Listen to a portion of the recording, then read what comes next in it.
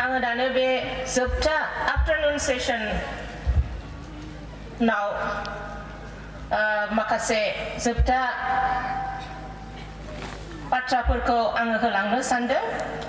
जोङो सानैबो बुंथिगिरि, सेथि बुंथिगिरि रेभारेन्ड शैलानि इसवारि आरो जोङो बुंबोगासिनो दङ मैयानिफ्रायनो जोङो माब्रै पापनिफ्राय जोङो खेमा मोनगोन आरो सैताननिफ्राय जोङो माब्रै गोजानाव थागोन। मा जोङो सैताननि बिसा ना इसोरनि बिसा ना नंखाय बाख्राय फोथायग्राफोरनि बिसा आरो जोङो मा गोथां बिफांफोर बादि थांनानै थागोन आरो बिथाइ थायग्रा बिफांफोर जोङो जानो हागोन। आं बिनिखायनो दानो फरायनो गोसो जादों। एक जहन एगयथा 6निफ्राय 10 पदसिम। एक जहन एगयथा 6निफ्राय 10 पदसिम। जों बिजों खौसेयाव दं होननानै जोङो बुंब्ला आरो जोङो खोमसियाव थाबायब्ला जोङो नंखाय बुङो आरो नंगौखौ मावा। आन्थाय बियो गावनो स्राङाव दङ बादि जोङो स्राङाव थाबायब्ला जोंहा गावजों गाव लोगो लाज्लायनाय दं आरो बिनि बिसा हौवा जिसुनि थैया जोंखौ गासैबो पापनिफ्राय सुस्रायो। जोंहा पाप गैया होननानै जोङो बुंब्ला जोङो गाव गावखौ आन्दाय होयो आरो नंगौआ जोंनियाव गैया। जोङो जोंनि पापफोरखौ सिमान लाब्ला बियो एसेग्राब फोथायजाग्रा आरो धोरोमिया बियो जोंनि पापफोरखौ नागारो आरो जोंखौ गासैनो अधोरोमफोरनिफ्राय सुस्रायो। जों पाप खालामाखै होननानै जोङो बुंब्ला जोङो इसोरखौ नंखाय बुंग्रा खालामो आरो बिनि बाथ्राया जोंनियाव गैया। जोङो जोंनि पापफोरखौ सिमान लाब्ला बियो एसेग्राब फोथायजाग्रा आरो धोरोमिया बियो जोंनि पापफोरखौ नागारो आरो जोंखौ गासैनो अधोरोमियाफोरनिफ्राय सुस्रायो। जोङो जेब्लानो गिर्जायाव फैयो जोङो पाप सिमान लायो। जोङो हान्थु खरायनानै गुब्रबनानै जोङो जोंनि पापफोरखौ जोङो सिमान लायो। देवबार समाव सप्तासे मानि मावनाय जोंनि गासैबो अधोरोम हाबाफारिखौ जोङो इसोरनि मोखाङाव जोङो सिमान लायो आरो जोङो खेमा मोनो। मानोना जोंनि इसोरा अनख' इसोर, जोंनि बिफाया अनख' बिफा, गावनि फिसाफोरखौ बियो दुखु होआ। नाथाय पाप सिमान लायो, नाथाय आरोबाव जोङो जावले जावले गले गले जोङो पाप मावो। जोङो पापनिफ्राय गोजानाव थानो हाया। बिनिखायनो जाकबनि बिलाइया 4:8 बुंदों जोङो इसोरनि खाथियाव थानो नांगौ। Draw near to God आङो बुंबोगासिनो दं मैयानिफ्रायनो जोङो इसोरनियाव खाथि जानि बिनि बोसोनफोराव जोङो सोनारनि बिनि बोसोनफोर बादि जोङो थाबायनि। जोङो आन्दायलांब्लाबो जोङो गोसो फिनफिननानै जोङो इसोर बिफानि आथिं गुदियाव जोङो फैनि। बिमा बिफाफोर, इसोरा जोंखौ एसेग्राब अनबाय आरो अननानै जोंनि हाबाफोराव जोंनि हाबा जानाय समाव बोर आशीर्बाद सारस्रिनानै जोंनो गथ' गथाय दान होबाय आरो जोंनो न'खर फसंनानै होबाय। दिनै बे न'खर संसार जानायाव जोंहा बयबो एसे एनै जाय जारलाया जाखायो। नाथाय बिनि गेजेरावनो जोङो इसोरखौ दोनोब्ला नोङो सासे इसोरनि दैदेनगिरि हिसाबै नोंनि न'खरनि नंगौ दैदेनगिरि जायोब्ला नोङो नोंनि न'खरखौ गिर्जा न' बादि गोगोम नोङो फसंनानै दोननो हागोन। नोङो नोंनि न'खराव इसोरखौ बाख्नायनाय सिबिनायनि नोङो सम होनो हानांगौ। น हानांगौ जागोन नोङो सासे न'खर दैदेनगिरि जानानै आरो नोंनि न'खरा मोनसे मडेल हिसाबै नुजागोन नायजागोन बै गुबुन न'खरा नोंनि न'खरखौ नायनानै सोलोंगोन नायहर हनै बिसिनि न'खरा मा एसे मोजां बिसोरो न'खर गिर्जा खालामो बिमा बिफा बिसाफोर बिदा फंबाय बिहामजो बिखुनजो बिजामादै अनज्लायो इसोरखौ हामबाय होनो बाख्नायो हनै इसोरखौ दे जोंबो बिसोरबादि जोङो सोलोंनि जोंबो खालामनि बेबादि मोनसे ख्रिस्टियान न'खरा जोंथि बाथि जानो हानांगौ अब्लासो जोङो इसोरनि खाथियाव थानाया नंथारगौयैनो जोङो इसोरखौ जोङो बाख्नायगोन आरो सिबिगोन जोङो गुस्थि बिजौजों फोरबु होननायजोंल' नङा नाथाय गोसो मोदोम जिउजों जोङो इसोर बिफाखौ गावनि गोसोआव जोङो जायगा होनो नांगौ बेबादिनो गोबां बिमा बिफाफ्रा फिसाफोरनो सम होनायनि बाथ्राखौ जोंनि सेथि आलासिया बुंनानै थांबाय जोङो गोबां समावनो जोंनि फिसाफोरखौ अनो नाथाय जोङो बिसोरजों रायज्लाया बिसोरो स्कुलाव मा सोलोंनानै फैखो बा माबाफोर दुखु जानानै फैदों नामा मास्टारफोरजों बुजाबायनानै फैदों नामा नङाबा माबाफोर बान्था मोननानै फैदों नामा जोङो रायलाया जोङो सम होआ स्कुलाव थाङो फैयो फिसाफ्रा टिउसनाव दोनलाङो लाबोयो बेनोसै मोनसे दैलि रुटिन बादिल' जोङो खालामो नाथाय फिसाफोरनो सम होनांगौआ गोनांथार आरो उन्दै समनिफ्रायनो फिसाफोरखौ फोरोंलांनांगौ आङो दिनै आंनि बिमा बिफानि फोरोंनायखौ आं एक्न'लेज खालामनो गोसो जायो दासो एसे आगोलाव सासे आनैया आंनि खाथियाव फैदों आरो बुंदों नोंसोरखौ उन्दैयाव आं खांफानो मोनदों होननानै आरो उन्दै समाव जोङो माबादिमोन बेखौ बुंदों जोंनि आइया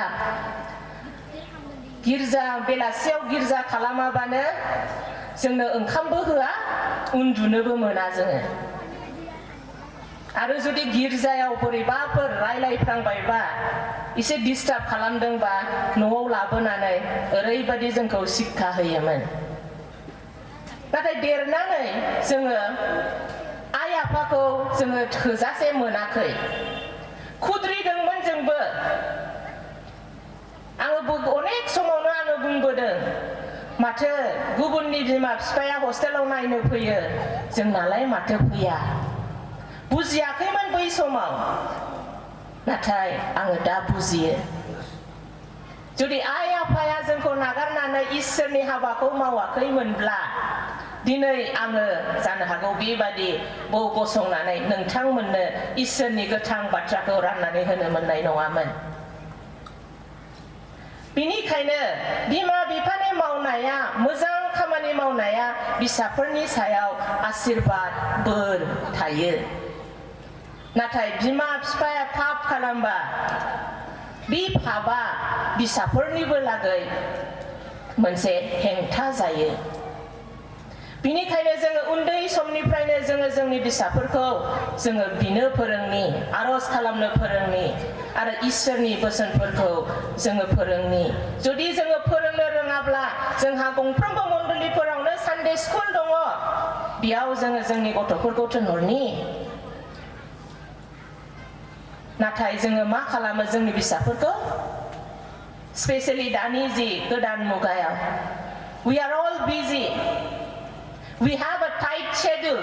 ना जोंहा जोबोद बिजि शेड्युल थायो बिनिखायनो मा खालामो गथ'आ एसे गाब्लानो मबाइला अन खालामबाय मबाइलखौ दिन्थिबाय आरो बे गथ'आनो देरै देरै सानफा एफा सर' जालाङो आरो खालि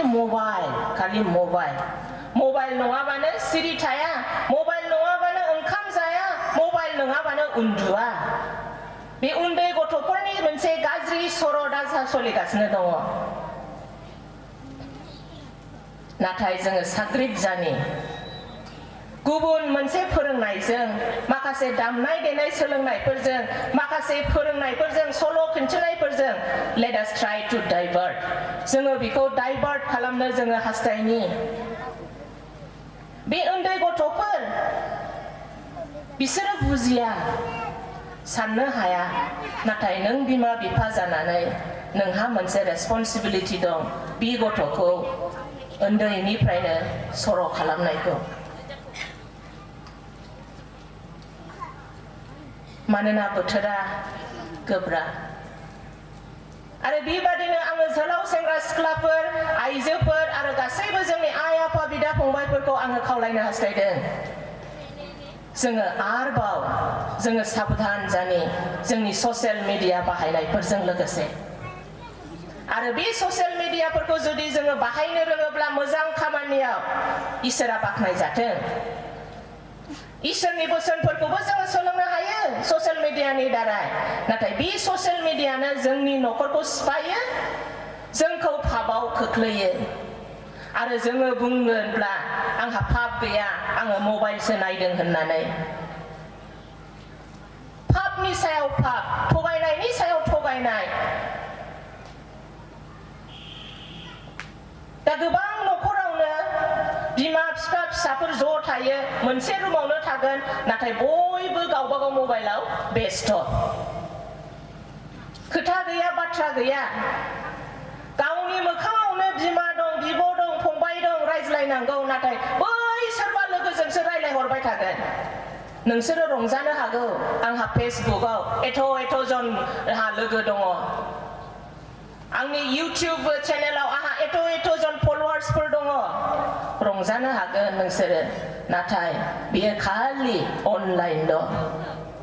नोंनि जि रियेल लाइफआव बिसोरो नोंनि नंगौ लोगो नङा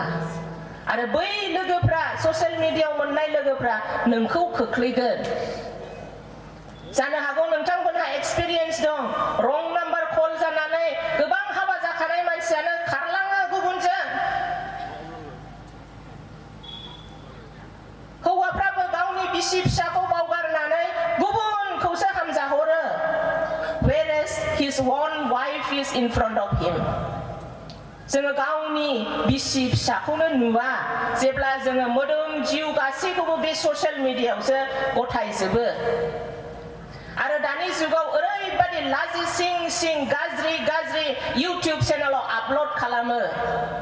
बेफोरखौ सोर थिखांगासिनो दङ एबा सोर एनकारेज खालामगासिनो दङ जुदि नोंथांमोना जों बयबो बेफोरबादि चेनेलखौ जोङो जुदि नायाब्ला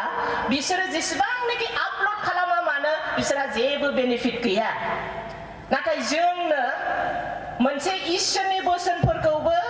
जोङो खोनासंनो हायो बे इउटिउब चेनेलाव नाथाय नङा बेफोर इन्टारेस्टिं नङा इसोरनि बोसोना इसोरखौ बाख्नायनाय मेथाइफोरा इन्टारेस्टिं नङा बै गाज्रि आपल'ड खालामनाय मोसानायफोरखौ जोङो नायो आरो बे मेगनानो जोंखौ पाप खालामहोयो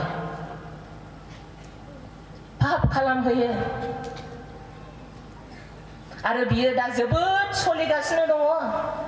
आङो गावनि मेगनजोंनो नुबाय आङो गावनि खोमाजोंनो आङो दुखु खालामो एसे मोजां न'खर फिसा फरायफुनाय समावनो बे ससियेल मिडिया फेसबुकजों लोगो जानानै न'खरा धंस जालांबाय इसोरखौ बाख्नायनोबो सम गैया आरो लाजिया फांजिया अपेन कमेन्ट खालामनानै रायज्लायलायनाय बेफोर जों इसोरखौ फोथायग्रा बिसाफोरनि लागै नङा बाहाय ससियेल मिडियाखौ नाथाय नंगौआव बाहाय नांगौआव बाहाय जोंबो बाहायनांगौ जायो मानोना जोंनि मिटिंफोरा जेब्ला आं स्पेशली इन्टारनेशनेल अर्गानाइजेशनजों मावनायलाय सब समाय आङो मेसेन्जाराव थानो गोनां वाट्सएपआव थानो गोनां जोङो मा खामानिनि कमिउनिकेट खालामो बिदि थानाय समावनो आं गोबांखौ आङो खोनायो नुयो आङो दुखु खालामो जोंनि बर'फोरा रोंगासिनो दङ रोंनायाव जौगागासिनो दङ नाथाय जौगानायजों लोगोसे गुबुन गाज्रि लामायावबो हान्थिगासिनो दङ बिनिखायनो जेरै एक जहन एक अयथा 6निफ्राय 10 पदआव बुंदों इसोरा जोंखौ अनो आरो जोंनि पापफोरखौ क्षमा खालामो जोङो गोसो पापिननि जुदिब्ला जोङो जोंनि जोलाव सेंग्रा सिख्लाफोरहा बेबादि खैफोदाव गोग्लैनाय दंब्ला दिनै जोङो सानफिननि जोङो गोसो सोलायनानै जोङो आवगायफिननि जोङो बेबादिनो आइजोफोर जानानै जोंनि नखरफोरखौ जोङो दैदेननि आङो बुंनो हास्थायो आरो बयबो बुङो मेथाइफोरबो रोजाबगासिनो दङ आइजोफ्रानो नखरखौ लुखाङो आइजोफ्रानो नखरखौ सिफायो गियानि हिनजावा नखरखौ लुखाङो अगियान हिनजावा दुष्ट हिनजावा नखरखौ सिफायो आङो आसा खालामदों जोंनि पार्किजुलि सार्केलनि आइजोफ्रा बिदि नङा नखरखौ सिफायग्रा नङा नाथाय इसोरखौ मानिग्रा आरो नखरखौ लुखांग्रा आइजोफोर नखरखौ लुखांग्रा आइजोफोर सुखुबार गिर्जा समाव जेन बयबो लोगो लायो इसोरखौ फोथायनायाव गावनि समखौ होयो गोबां समावनो सुखुबार गिर्जायाव मानसिफ्रा खम जायो थांज्लायलाया नंगौ सोरबाबा मास्टार मावो सोरबाबा गुबुन गुबुन खामानि मावो सम होनो हाया नाथाय बिसोरबो समाव सुटिनि समाव हलिडे टाइमफ्राव लोगो लाज्लायोब्ला गावजों गाव एनकारेज खालामज्लायनायनि जायो आरो आङो खावलायनो हास्थायदों जुदि जोङो जोंनि विमेन फेल'शिपफोरखौ जोङो स्ट्रेंथेन खालामनोबा जौगाहोलांनोब्ला जोङो गासैबो कानेक्ट खालामलायनाय जेरै डायसिस विमेन कनफारेन्स नोंसोरो अर्गानाइज खालामो कनफारेन्स अर्गानाइज खालामनायजोंल' नङा महिला सभा खुंनायजोंल' नङा नाथाय नोंसोरो कानेक्ट खालाम बै सार्केलाव मा सोलोंनाय दं मा गियान दं बे सार्केलनि गियान सोलोंनायखौ जोङो गुबुन सार्केलावबो जोङो फोरोंनो नाजानि आरो जोङो गावजों गाव जोङो एनकारेज खालामज्लायनि जे जों आइजोआबो इसोरनि हाबाखौ मावनो समायथावथाव आरो मावनो हायो इसोरनि मोखाङाव सोर हौवा सोर हिनजाव सोर हावरिया सोर पापि जेबो डिफारेन्स गैया नाथाय इसोरा एकमात्र जोंनि गोसोखौ नायो जुदि नोङो इसोरजों सायख' जाबायब्ला नोङो खारग'नो हानाय नङा आं जेरै खारग'नो हास्थायदोंमोन नाथाय इसोरा फिदिं फिदिं आंखौ खानाय हमनानै दिनै बेयाव फसंफैदों समाव जोंहा नखरफोराव गोब्राब जानो हागौ नोङो जुदि सुखुबार गिर्जानि दैदेनगिरि जादोंब्ला नोंनि न'फाङा नोंनि फिसाफ्रा नोंखौ बुंनो हागौ नाङा जोंनो बेबादि बिबानखौ नाङा मावनो नाङा होननानै बिसोरखौ गिनानै नोङो बुंनो हागौ आङो मावनाय नङा होननानै नंगौ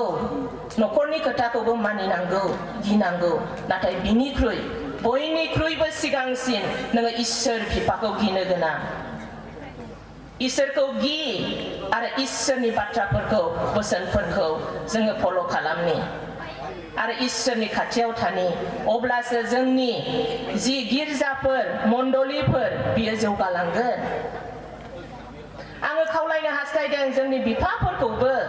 जुदि नोंनि नखरनि सोरबा आइजोआ इसोरनि हाबा मावनो थाखाय लिंहर जादोंब्ला अन्नानै दारायफथा नाथाय फोरों आरो अनज्लायनायनि गेजेरजों इसोरनि हाबाखौ जोङो मावलांनि जाकबनि बिलाइया बेखौनो जोंखौ फोरोंदों जोंनो वार्निंबो होदों बे संसाराव थानाय समाव जोङो जेसेबांसिन जोङो थांनानै थागोन जि गाज्रि आज्रि आखलफोरनिफ्राय जोंखौ गोजानाव थानो थिनदों आरो गावखौ जों बयखौबो जों सुबुंफोरखौ इसोरनि फिसाफोरखौ इसोरनियाव समर्पण खालामनो थिनदों गथायनो थिनदों इसोरा अराय सम जोंनि आखाइफोरखौ साफा दोननो थिनदों जोंनि आखाइफोरखौ जोङो नायनि जेब्ला जोङो खामानि मावो जोंनि आखाइफोरा मैला जायो हाद्रि नांफबो आरो बे आखाइखौ जोङो सुयो ओंखाम जानायनि सिगां एबा सोरजोंबा गोजोननाय लानायनि सिगां बे जोंनि आखाइजों जोङो मा मा मावो जोङो बेखौ गोसोखांनि जोङो बिजिरनानै नायनि मा आं बे आखाइजों इसोरनि बेरेखा हाबा मावफ्रांबाय नामा मा आंनि बे आखाइया पापजों गादै लाजबाय नामा जोङो बिजिरनानै नायनि आरो जोङो जोंनि गोसोखौ जोङो दांनायनि मा आंनि गोसोआ इसोरजों हामजाजाथाव नामा आंनि गोसोआव जि जिसु ख्रिस्ट'आ सारि जाबाय बे जिसु ख्रिस्ट'आ जोंनि जिउनि राजाया आंनि गोसोआव राजा जफैबाय नामा मा आङो आंनि गोसोखौ इसोरनि गोथां बाथ्राखौ खोनासंनो थाखाय खेवनानै होबाय नामा ना आङो सभायाव जिरायफैदोंब्लाबो आंनि गोसोआ दिनै गेङाखै फांथे जानानै दं नाथाय बे फांथे जानाया सैताननिफ्रायसो दिनै सैताना नोंथांखौ होबथादों इसोरनि बोसोनखौ खोनासंनायनिफ्राय जानो हागौ सैताना बुंदों बि रेभारेन्ड सैलेन बि रनजिताया दिनै मा फोरोंफैदों खोनासंनो नाङा बिसिनि फोरोंनायनिफ्राय गोजानाव था बुंदों जानो हागौ नाथाय फारसेथिं जोंनि बिफा इसोरा नोंनि गोसोनि दरखौ सौगासिनो दङ मानोना बियो नोंखौ अनो आरो नोंखौ बासायनो गोसो दङ बेनिखायनो जोङो माखासे हाबाफोरखौ जोङो मावनो थाखाय थामथिम जानि जोङो गावजों गाव नांज्लाय खमज्लाय जायो बेयावहाय जोङो खेमा होनो रोंनि जोङो क्षमा होनि गोबां न'खरफोराव आङो बुंबोखाबाय गोबांनो नांज्लाय खमज्लाय जायो नायज्लायनो हायै दं जोङो क्षमा होज्लायनि जोङो क्षमा होज्लायोब्लासो जोंखौ जोंनि बिफा इसोरा खेमा होगोन जोङो गोबां बेबादिनो गोरोन्थिफोर मावफैयो फिसाफ्रा गोरोन्थि मावो थांनानै बिमा बिफानाव आयै आफा आङो पाप मावबाय बा आङो भुल खालामबाय माबा मोनसे दाय मावफ्रांबाय आंखौ अननानै क्षमा खालाम जेरै बै आन्दानाय बिसाया बुंदों आफा आङो नोंनि सिगाङाव आरो इसोरनि सिगाङाव पाप खालामबाय गोसो फाफेननानै बिफानियाव फैदों बिफाया जुदि बे बिसाखौ रागा जोंनानै थाबाय थायोमोनब्ला दिनै बै आन्दायनाय बिसाया बेबादि बिफाजों गोबाजानो मोननाय नङामोन दिनै बै आन्दायनाय बिसाज्लानि जायगायाव जोङो गावखौनो दोननि आरो बै आन्दायनाय बिसाज्लानि बिफाखौ जोंनि मोखाङाव इसोरखौ जोङो दोननि इसोरा जोंखौ आखाइ फुवारनानै नेगासिनो दङ जोंखौ नाजावफिननो थाखाय आङो माखासे बिसय आइजोफोरनि थाखाय आङो आरोबाव बुंबावनो सानदों जोङो गोबां समावनो गोबां बिबानफोरखौ मोनो मावलांनो थाखाय नाथाय गुदु गुदा साननायानो जों आइजोफोरखौ गोबां समावनो जोंखौ खोख्लैयो जोङो जोंनि गोसोफोरखौ जोङो इसोरनो गथायनानै जोंनो बिबान होजानायफोरखौ जोङो मावलांनि सोरबा आइजोआ जुदि दावगागासिनो दंब्ला इसोरखौ हामबाय होन आरो बेजों लोगोसे नोंथांमोनाबो ज' मावलां अराय सम आइजोफोरा बुंजायो रायखोमालानायानो बांद्राय बे हिनजावफोरना माथो हिनजावफोर बादि रायखोमालायखो बेफोरबादि बुंजायो मानो रायखोमानाया मोजां नङा नाथाय सानज्लाय जुदि बहाबा खहा जालांबायब्ला बेफोरखौ सावरायलायनायनि गेजेरजों जेन' गोरोन्थिखौ गोथों खालामो जों आइजोफोरा गोबां समावनो बेस्थतानि गेजेराव थानानै इसोरनि खाथियाव थानो जोङो बावलाङो फुंनि समाव सिखारनायजों लोगोसे जोङो हासिबखौसो दैग्रोयो नाथाय आङो खावलायनो गोसो जादों जों बिमाफोरहा जों आइजोफोरहा न'खराव बांसिन बिबान दङ जोङो जोंनि न'खरखौ जोङो सैताननि आन्जारनिफ्राय गोग्लैगोननिफ्राय जाथे बेंथे खालामनांगौखाय जोङो सिखारनायजों लोगोसे जोङो इसोरनि गथायनांगौ इसोर बिफानियाव सानसेमानि जेन' जोंनि न'खरखौ नेयो आरो जेब्ला गासैबो उन्दुलांजोबो मावखांजोबो इसोरखौ हामबाय होन आंनि न'खरखौ आंनि फिसाफोरखौ दिनैसिम गोथाङै दोनबाय अनबाय नेबाय न'खराव नांज्लाय खमलाय जागोन नाथाय इसोरा जोंनो खाबु होदों गोरोबज्लायनायनि थाखाय आङो मोनसे एग्जाम्पल रियेल एग्जाम्पलखौ होनो हास्थायदों बर'दिन समाव जोङो बिदिनो न'खर न'खर गिदिंखांनानै जोङो बिबनांनि न'आव जोङो जिरायबाय थादोंमोन ज' न'खरजों लोगोसे आरो बिदिनो आंना बोराया मालाबाबो चान्स मोना बोसोरनैनि उनाव जोङो बर'दिनाव लोगो लाफैदों 9टानिफ्राय गिदिंगासिनो हरनि 9टायावसो बियो न'आव फैफिनदों बिनिखायनो फिसाजोआ बुंदों बाबा नोङो चेन्नाइआव थायोब्ला माथो नोंनि मोदोमा गासिबो साजोबो मेङो नोङो दिनैलाय मानोथो मेङाखै बाबा अब्ला बिफाया फिसाजोखौ बुंदों आङो गोसो खुसि इसोरखौ हामबाय होननानै रंजादों नालाय ओंखायनो जिसु बाबायानो गासिबो आंनि सानायखौ लांजोबबाय होननानै बे समावनो सासे हिनजावा ओरैबायदि गोख्रै खारबोनानै ग्रुप खुलुमनानै फैबाय आदा आंनि न'खरखौ बासायदो होननानै जोङो आन्दायजोब्बाय मा जाखो होननानै आंनि न'खरखौ बासायदो आंनि फिसाइया बर'दिननि मुङै गायनाय थालिर बिफांखौनो दानस'जोब्बाय होननानै मा जाखो नङा आदा बर'दिनाव बयबो गोदान गोदान गाननाय जोमनायखौ गानो आङो मोनाखै आंनि फिसालायाबो मोनाखै मानोथो मोनाखै नोंना न'फ्राङालाय खामायखायोना फिसाया औ खामायो आदा नाथाय बियो गासैबो खामायनायखौनो थिर खेला ना लटारि टिकेट लानानै बियो गारजोबो बेबायदि जुवा गेलेनानै बियो गारनानै न'खरनि फारसे बिहा जेबो ध्यानानो गैया बेखौ आं बुंनायखाय बियो रागा जोंनानै बुंदों अब्लालाय माथो लाब जाखो बर'दिन समावनो नांलायबायबा रायजोफोरखौ जाहोनायनि मा लाब जाखो होननानै बियो थालिर बिफांखौ दानस'दों अब्ला जों थांनानै बानजायहैदों आरो सोंदों माथो जाखो होननानै अब्ला बियो बुंदों ओइ रागा जोंबाय थायो बर'दिनाव बयबो रंजादों मोसादों बियो आंजोंबो थांफाया फिसाजोजोंबो थांफाया रंजायाबो जोंनो बेदरखौबो संनानै होआखै होननानै जेब्ला जोङो बानजायो अब्ला बियो बुंदों आं बबे गोसोखौ लानानै रंजानो आं बबे गोसोखौ लानानै इसोरखौ हामबाय होनो थांनाय देवबारावबो गाहाम बाथ्रायाव फोरोंदों बेबादि गाज्रि जुवा गेलेनाय थिर गेलेनायनिफ्राय गोजान जा होननानै नाथाय आंनि फिसाया एसेबो गोसो सोलाया आङो फास्टिंआव थाङो आङो आर'ज खालामो मानो इसोरा आंनि आर'ज खालामनायखौ खोनासङा होननानै जेब्ला जोङो फिसायजोंबो रायज्लायो अब्ला बियो बुंबाय औ नंगौ नाथाय आं दिनैनिफ्राय बुङो आङो मालाबाबो बेबादि आङो लाबावला आं पापखौ मावथारलालै आदा आं पापखौ मावथारला होननानै बुंदों बियो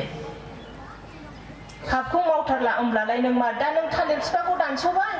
दा नोंनि फिसाफ्रा फैफिननानै नुयोब्ला बिसोरो मा सोलोंगोन नङालै आदा आङो गावनो दायखौ मावखाबायब्ला आंनो बे थालिर बिफांखौ आङो जरायफिनगोन होननानै बुंबाय बियो आंनो जरायफिनगोन आं आंनि भुल मावनायखौ आं फिसाफोरनो दिन्थिथारा होननानै बुंबाय बियो ओमफ्राय जोंबो बुङो आंबो आसरित मोनबाय मारै खालामनो नागिरदों बेलाय होननानै नाथाय दसे उनावनो बियो जों जिरायबाय थानाय समावनो औवा लानानै फैबाय आरो खुख्रि लानानै फैनानै औवाखौ सैसिन सैनानै ओरैबो जंबादि खालामनानै बियो थालिर बिफांखौ जरायफिनबाय जोंनि मोखाङावनो जरायफिनखांनानै बुङोब्ला आं दासो आंनि गोसोनि गिलिर माबानिफ्राय आङो बारग'नाय मोनबाय बे सैथानानो फैबाय थायोलै आंनि गोसोआव होनबाय बियो अब्ला जों बुंदों नोङो मानोथो सैथानखौलाय फैहोबाय थायो मानोथो नोङो सैथाननो खाबु होयो फैनो थाखाय अब्ला बियो बुंदों आङो दिनैनिफ्राय आङो बेबादि खालामथारला बेबादि आङो खालामबावोब्ला इसोरा आंखौ माबा मोनसे साजा होथारथोंसैलै होननानैहाय बियो बुंदों। बेबादिनो बियो रंजा बाजा बर'दिन जोबजासे बोसोर गोदानजों फैनायसिम बियो बेफोरबादि खामानिखौ मावफिनाखैमोन। आसा आरो भरसा खालामदों इसोरा बे न'खरखौ दैदेनगोन होननानै। दा बेबादिनो जोंनि न'खराव थायो, नाथाय इसोरा खाबु होयो गोरोबज्लायफिननो थाखाय। आरो समाव नोंसोरो न'खरजोंल' गोरोबज्लायलायनो हाया जानो हागौ, नाथाय नोंसोरहा दैदेनगिरिफोर दङ, इसोरनि दौरिफोर दङ, बिथांमोनखौ हांख्राय। आङो दहायनो होनदों गितफोर 121 माबादि आंनि जिबनाव दैदेननायखौ लाबोदों। बेबादिनो नोंथांमोनाबो बेफोरबादिनो गावबा गावनि गोसोआव मोनफा मोनफा बाइबेल पदफोरखौ दोन। जुदि नोंथांमोना बाइबेल फरायनायनि सम मोनाखैब्ला गोसोखां, इसोरा नोंसोरनो मा बोसोनखौ होआ। जानो हागौ हाबा समाव फोरोंनाय ना पास्टरनि फोरोंनायफोरखौ गोसोआव थायाबो जानो हागौ, नाथाय हाबानि उनाव गोबां फोरोंजानायफोरखौ जोङो मोनो। बेफोरखौ जोङो गोसोखांनि आरो जोंनि गोसोफोरखौ जोङो ट्रान्सफर्म खालामनि। बिमाफोर खुद्रिनायजोंल' नङा, सिरियै दाहा खालामनायजोंल' नङा,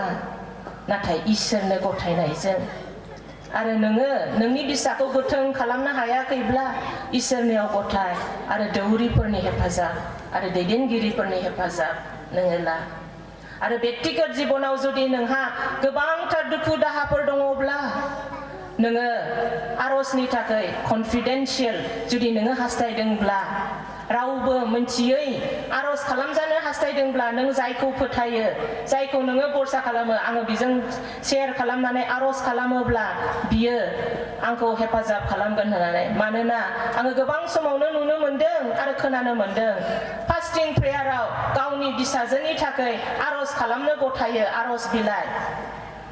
आंनि फिसाजोआ बेबादि होननानै। नाथाय फास्टिंआ गनानै थांब्लानो नै उमुकनि फिसाजोआ बिदि आरज खालामनो खावलायदोंमोन होननानै। अननानै बेबादि दाखालाम। जोंनि संसार जानायाव जोङो सिगांसिनावनो जेरै इसोरनि गोथार बिफां जोङो जानो नांगौ होननानै जोंखौ फोरोंदों, जोङो बेबादिनो जानि, अराय सम जोङो नंगौआव थानि। आरो आङो आइजोफोरनि लागै मोनसे जि जोंनि बाइबेलाव होजानाय 1 सामुएल 11:9-20 पदआव सोरनि बिसय बहाय बयबो मोनथिगौ जानो हागौ, इंलिसाव हान्ना होननानै बुङो, मोनथिगौ ना बयबो? बर'आवबो हान्नाखौनो होनो नामा? हान्ना, हान्नाखौ बयबो सिनायो दा, मोनथियो दा बाइबेलनिखौ? सोर सोर मिथियो आखाइ थिखां दे। आखाइ माथो गैथारा? हान्नाखौ मोनथियाना? 1 सामुएल 11:9-20। आं पास्टरफोरखौ खावलायदों, हान्नाखौ मोनथिया दाबो, अननानै गोसोआव लादो आरो फोरोंदो। हान्ना सासे बिसा गैजायै हिनजावमोन। हाबा जानायनि उनाव बियो गोबाव सम बिनि गोरबोआव फिसाखौ मोननो हायाखै, नाथाय बियो बिनि दुखु दाहाखौ इसोरनि आथिं खाथियाव बियो लाबोदों, इसोरनि खाथियाव लाबोदों बियो। आरो बियो ओरैबादि आरज खालामदों, गोसो मोदोम जिउ होनानै बुंदों, जुदि नोङो आंनो बिसाखौ गथायोब्ला, आंनो गोरबोआव बिसा होयोब्ला, बे बिसाखौ आङो नोंनि लागै आङो दान होफिनगोन होननानै। इसोरखौ बियो फोथायदों आरो फोथायनायजों बियो आरज खालामदों आरो आरज खालामनानै बिनि गोरबोआ सुफुंजादोंमोन। बिनि गोरबोआ सुफुंजादोंमोन। गोबां बियो समाजनि निन्दि जानाय फिसा गैजायै हिनजाव होननानै, सांग्रेमा हिनजाव होननानै बियो निन्दि जादोंमोन, मुगैजादोंमोन, नाथाय बिनि फोथायनायानो बिखौ बै मुगैजानाय निन्दि जानायनिफ्राय बिखौ बासायदों। आरो सामारिया हिन्जावनि बिसयखौबो जोङो बयबो मिथिगौ जहन 4:1-42 पदआव फरायोब्ला जोङो नुनो मोनो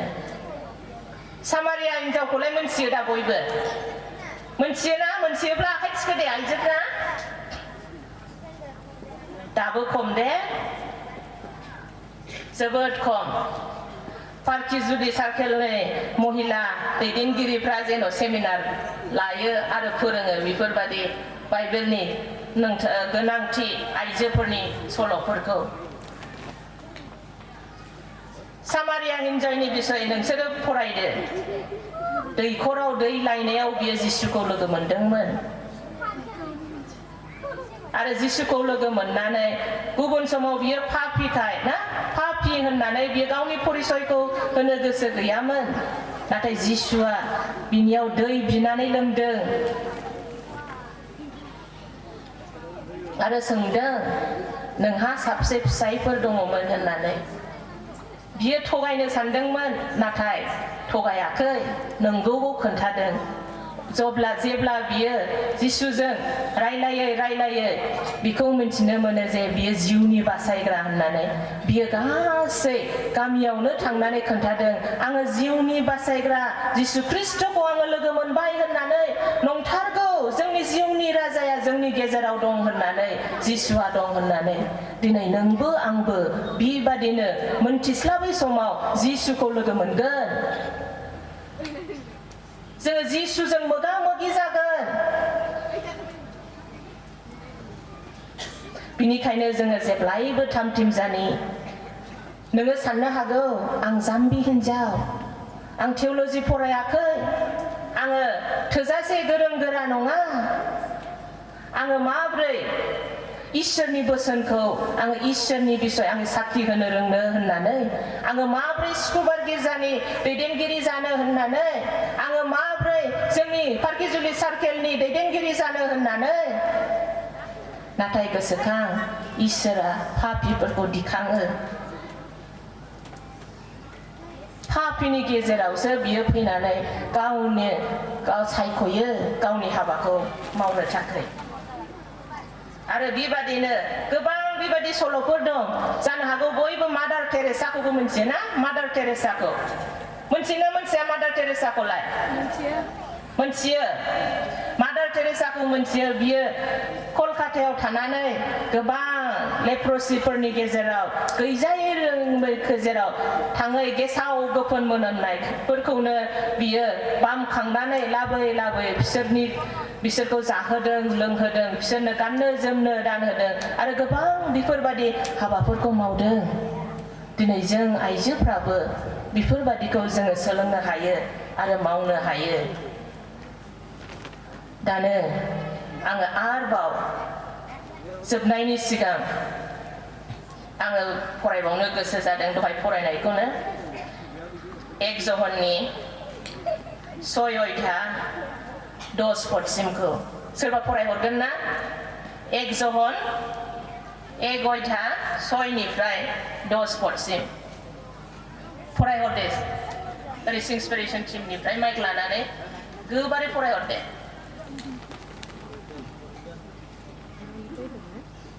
1 जहन 1:6 पदसिम आं फरायगोन जिसुनि मुङै जों बिखौ बिजों खौसेयाव दं होननानै जोङो बुंब्ला जोङो खोमसियाव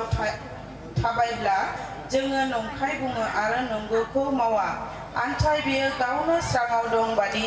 जोङो स्राङाव थाबायब्ला जोंहा गावजों गाव लोगो लाज्लायनाय दं आरो बिनि बिसा हौवा जिसुनि थैया जोंखौ गासैनो पापनिफ्राय सुस्रायो जोंहा पाप गैया होननानै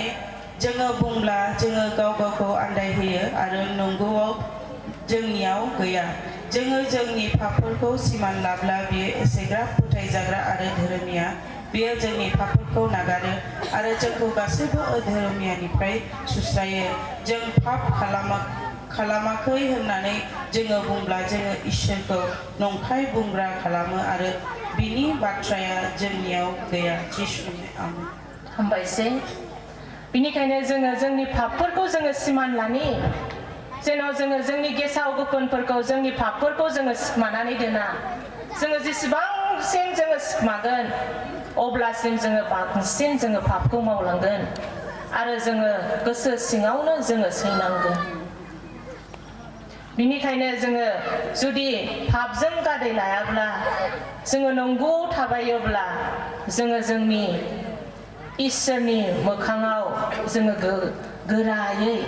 बा गोख्रोङै जोङो गसंनो हागोन आरो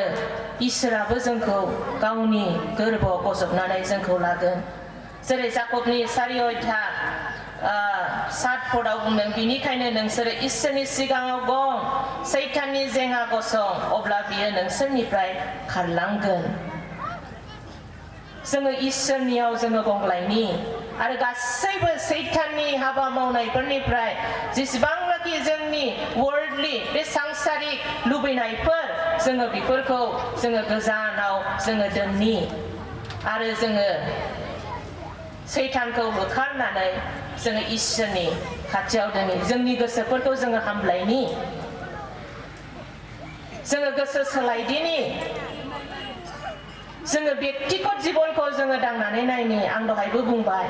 जोङो जोंनि गोसोफोरखौ दांनायनि दे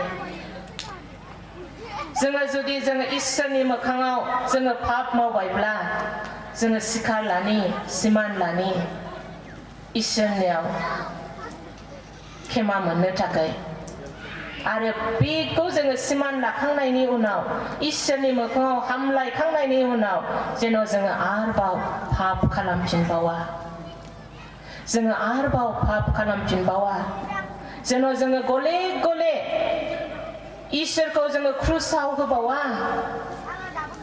जोङो गुड फ्राइडेआव जोङो दुखु खालामो जोंनि पापनि थाखाय जिसु ख्रिस्ट'आ क्रुसाव आलायजाबाय होननानै मा खास्रि बिस्रि दुखु बेलाय मा खास्रि बिस्रि दुखु बेलाय होननानै जोङो मेथाइ खनो जोंनि खुगाफोरजों नाथाय गोसोआ दुखु जाया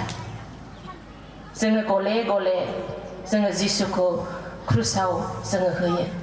मा दिनै जोङो एसेबां फोरोंजानायफोरखौ मोननानैबो जिसुनि बोसोनफोरखौ मोननानैबाबो इसोरनि गाहाम बाथ्रा गोथां बाथ्राफोरखौ जोङो मोननानैब्लाबो जोङो जोंनि पापफोरखौ जोङो इसोरनि मोखाङाव जोङो सिमान लानो थाखाय थामथिम नङा नामा जोङो आन्दायनाय बिसाफोर बादि जोङो गोदाव सोराव थाबाय थागोन नामा मा जोङो गोसो फिनफिननानै जोंनि बिफानियाव जोंनो फैगोन नामा जोङो गोबां पाप मावबोबाय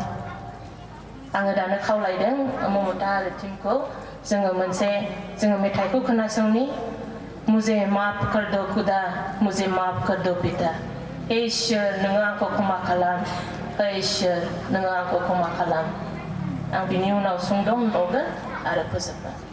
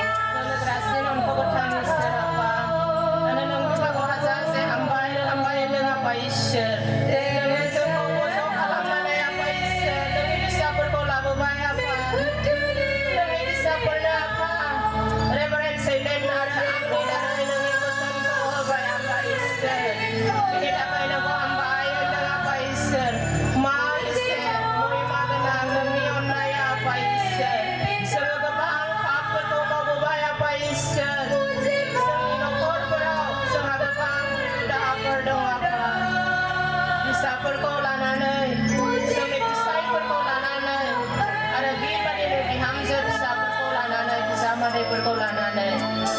आफा इसोर आफा दानो नोंखौ हामबाय होनदों आफा जायफ्रा दानो बे मुगाव गसंबाय आफा इसोर आफा नोङो जोंनि पापफोरखौ क्षमा खालाम आरो जोङो सोलायनाय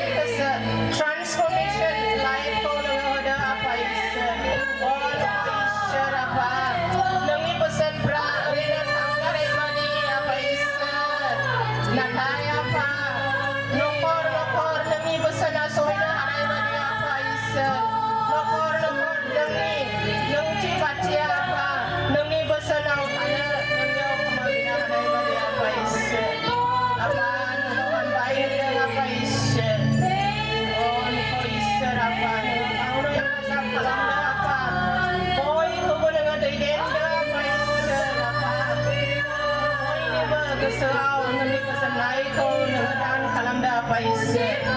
apa गासैबो जोलाव सेंग्रा सिख्लाफोर apa आरो गासैबो बे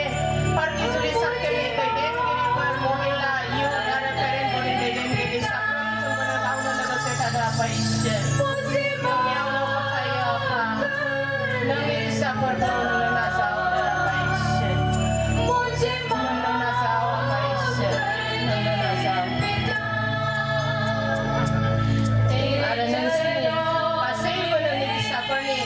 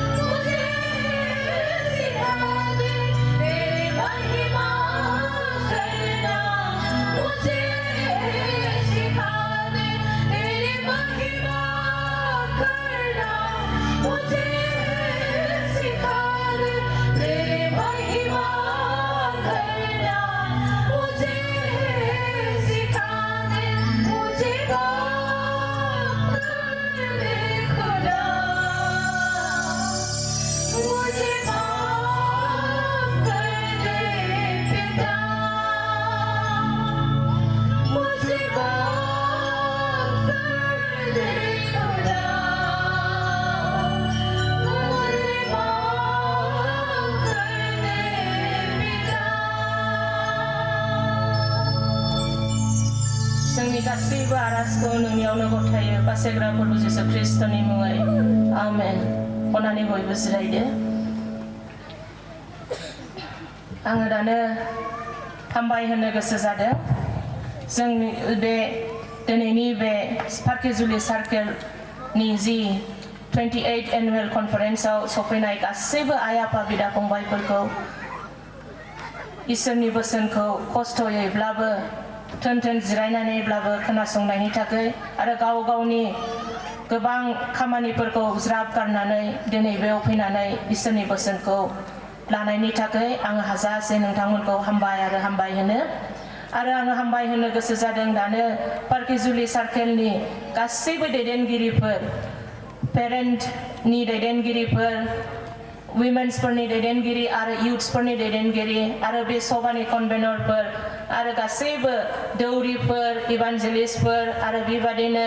हाफ्रामफोर आरो सुकुबार गिर्जा दैदेनगिरि गासैखौबो आङो हाजासे हामबाय होनदों आंनो बे खाबुखौ होनायनि थाखाय आरो आङो इसोरखौनो हामबाय होनो नोंसिनि बेबादि बिबानखौ लानानै दिनै एसे मोजां बे सभाखौ खुंफुंनायनि थाखाय आङो हामबाय होनो आरो आङो रंजानाय मोनदों रेभारेन्ड सुबुंसानि थाखाय ना बियो गुरुकुलाव फरायनानै बियो माबादि थांदोंमोन दिनै बियो माबादि इसोरनि हाबाखौ मावगासिनो दङ बिनिखायनो जों इसोरखौसो हामबाय होनो आरो आङो हामबाय होनो Parkijuli सार्केलखौ बेबादि थिय'ल'जि फरायनो थाखाय स्टुडेन्टफोरखौ एनकारेज खालामनायनि थाखाय आं बिनिखायनो हाजासे आरोबाव हामबाय होननो गोसो जादों Parkijuliनि गासैबो दैदेनगिरिफोरखौ आरो दानो आङो हामबाय होनबावदों बाजै सुजाता जाया डायसिस वुमेननि सेक्रेटारि बेखौबो आङो जर जबस्ति लाबोफादों फैफानायनि थाखाय आङो हामबाय होनो आरो बेबादिनो गोबां बारग' दैदेनगिरिफोर दं मादै मृणालिमोन बिसोरो आंखौ उन्दैनिफ्रायनो मोनथियो आरो बेबादिनो गोबां आं मोनथियैफोरबो दङ आं मुंख'नो हायैफोरबो दङ आङो बयखौबो हाजासे हामबाय आरो हामबाय होनो आरो जोबनायाव आङो आर'ज खावलायलांनो गोसो जादों बयबो मोनथिगौ जोङो चेन्नाइआव थायो होननानै जोङो गुरुकुल लुथेरान थिय'लजिकेल कलेजाव जोङो थायो आरो आंनि न'फाङा बियो गुरुकुल कलेजनि प्रिन्सिपाल आरो बे साउथ इन्डिया बादि जायगायावहाय प्रिन्सिपाल जानानै थाहैनाया गोरलै बाथ्रा नङा गोबां बिसारुफोर दङ बिसोरो बुङो जे जोङो साउथाव थानानै माब्रै बर'फोरजों जोङो बर' ट्राइबेलजोंलाय माब्रै जोङो दैदेनजानांगौ जाखो होननानै नाथाय दिनैसिम इसोरनि अननायफोरनि दारै कलेजा मोजाङै सोलिगासिनो दं दैदेनगासिनो दङ आरो जोंहा बिसा सानै दङ बिसा एलरुआ बियो दानो MBBS खालामगासिनो दंना किर्गिस्तानाव सेकेन्ड इयाराव मोनबाय जाबाय आरो जोंहा बिसाजो सासे दङ बियो एलड्रिना बियो दानो क्लास 11 आव कम्पिउटार साइन्स लानानै फरायगासिनो दङ जोङो जोंनि नखरनि आरो आं दा एक्ट एलायन्स आरो एक्ट चार्च अफ स्टुडेन्टआव आङो मावनानै दङ जेन' जोंखौ अरायसम इसोरा नेयो बेनि थाखाय नोंथांमोननि आर'जआव जेन' जोंखौ गोसोखांफ्लायो आरो बिसेसकरि जोंनि बिसाफोरनि फरायनायनि थाखाय जेन' गोसोखाङो आरोबाव आङो आर'ज खालामबावदों जोंनि आंनि आइ बाबानि थाखाय बैसोआव आवगायबाय नाथाय गोसोआ दाबो ना सेंग्रा सिख्ला बादि जानानै दङ गोबां दाबो बिसोरो इसोरनि हाबाखौ मावनो गोसो जायो आरो बयनिबो थाखाय बिसोरो बिस'नो हास्थायो आङो दाख्लै जेब्ला फैनो थाम-थिम जायो अब्ला गावसोरसो दोनफैनो नागिरो गावसोरसो दैफैनायनि उनावहाय आङो सिरि थादों जेबो बुङाखै अब्लाबो गोसोआ थानो हायैनि आइया फुंनिफ्रायनो बेलासि नेक्स्ट दे जों फैजासेसिम केक बानायबाय थायो बयनोबो केक हरनो लुबैयो आं बुंबाय नोङो बेकारि बादि आंखौ केक रोगाहोनोसै नामा होननानै